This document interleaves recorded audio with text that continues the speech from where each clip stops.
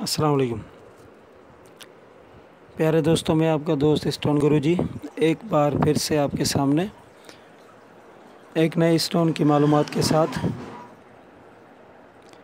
इस स्टोन का नाम है यशब। यशब भी बहुत सस्ता पत्थर है। इसकी अंगूठियाँ भी बनती हैं और बड़ी बात ये कि इसके बर्तन भी बनते हैं। ये पत्थर सब्ज़ी माइल होता है। इसकी किस्में दो हैं।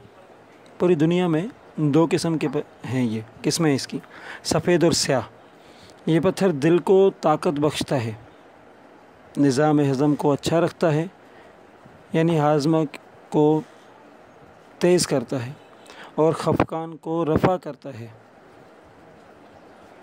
जिसके पास ये पत्थर होता है वो अपने दुश्मन से ज़ेर नहीं होता, यानी उसका दुश्मन उस पर काबू नहीं कर सकता। दोस्तों, ये थी स्टोन यशब की मालूमात जो मैंने आपके सामने पेश की। Please subscribe my channel and share to all friends. बहुत शुक्रिया।